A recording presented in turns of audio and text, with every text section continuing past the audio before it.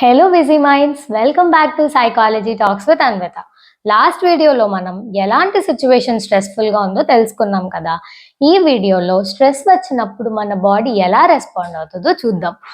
ఎలాంటి stressful situation వచ్చినా మన బాడీ 3 రకాలుగా రెస్పాండ్ అవుతుంది. అందులో ఫస్ట్ ఏంటంటే, ఆ స్ట్రెస్ఫుల్ సిచ్యువేషన్ని మన కంట్రోల్లో తీసుకుంటాం. మనం ఆ సిచ్యువేషన్ని ధైర్యంగా ఎదుర్కొంటాం అండ్ మనం సక్సెస్ అవుతాం.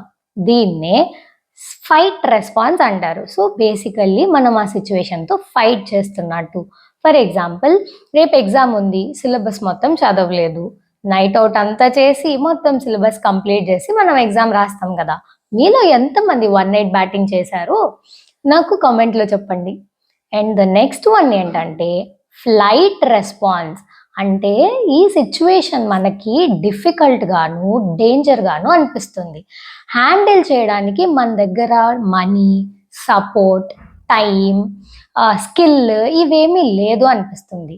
అప్పుడు బెస్ట్ ఆప్షన్ ఏంటంటే ఈ సిచ్యువేషన్ నుంచి ఎస్కేప్ అవ్వాలి అనిపిస్తుంది.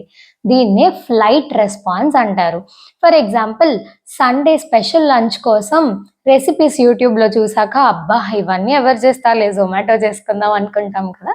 అలానే ఎప్పుడైనా లంచ్ మానేసి జొమాటోలో ఆర్డర్ చేసుకుంటే వీడియోని తప్పకుండా లైక్ చేయండి.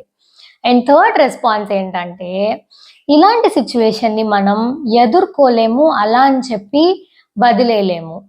సో అలాంటప్పుడు మన మైండ్ ఫ్రీజ్ అయిపోతుంది.